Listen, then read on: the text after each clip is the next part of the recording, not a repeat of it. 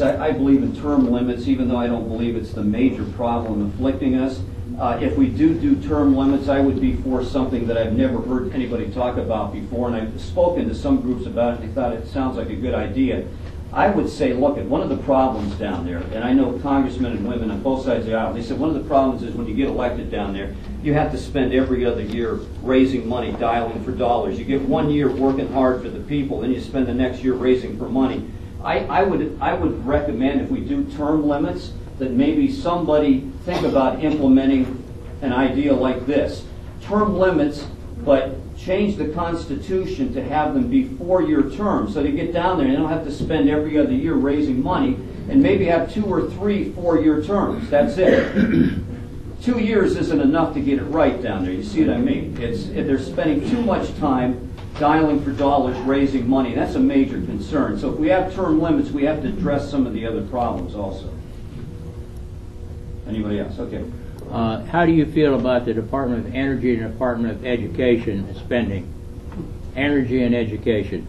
Well, the Department of Education spending is going to really skyrocket, because of the doggone health care bill. Now, who on earth would think that there would be increases for the Department of Education, more power given to the Department of Education within the Obamacare bill? I mean, am I crazy, or does education have anything to do with health care?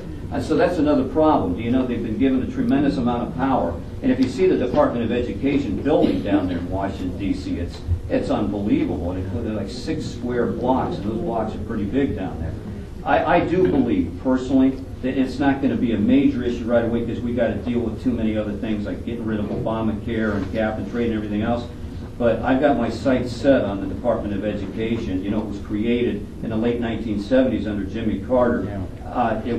The education system got worse after it was given federal power. Yeah. 3 minutes? Okay, 3 minutes. Very quickly. I'll try to take a few quick questions, rapid fire. Yes, ma'am. I'd like to know how you're going to stand up and say no.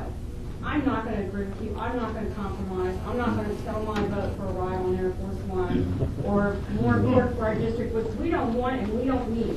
Right. And it just causes more and more things to come up. So tell me how you're not going to reach across the aisle, because I don't want a representative that's going to reach across the aisle. I want a representative that tells the other guy, no.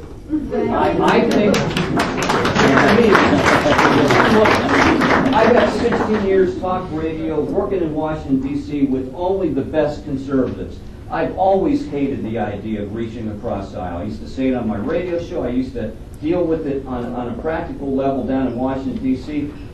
Whenever you compromise with the left, reach across the aisle, what you get is you go more to the left and you get bigger government. So we lose no matter how much you reach across the aisle. That was one of the things I was very fed up with John McCain. I reluctantly voted for John McCain, and I got sick and tired of hearing him talk about reaching across the aisle. No, it's not about that. You need to go down there and stand on principle. What do the liberals do? They've got the wrong ideas, but they don't compromise, and I'm going to be somebody who's never going to compromise, because these are deep felt issues that in my heart. I've sacrificed for too long to go down there and sell out. There's no doubt in my mind I'm going to stand firm in my beliefs. No doubt in my mind. No money. No, okay. Yes, sir. Back to the As I understand, Congress and Senate, once they're down there for 6 years, yeah, the wages paid to them becomes their life entitlement. Yeah. Is that fair? Should that be that they go for 6 years and continue drawing that same way for the rest of their life? That should be enough money to take care of anybody to figure out a retirement plan? Well, nothing that goes on down there is fair, and I've learned that nothing happens in the political process. Running for office is fair. John F. Kennedy was asked that once about it isn't fair. It's after the Bay of Pigs, and he was accused of this, and he goes, hey, life isn't fair. The fact of the matter is they're getting benefits that none of us do. You know that. There needs to be a way that they don't get any more benefits than the average worker out there, and I agree with that. Because I know that Guam will not capsize.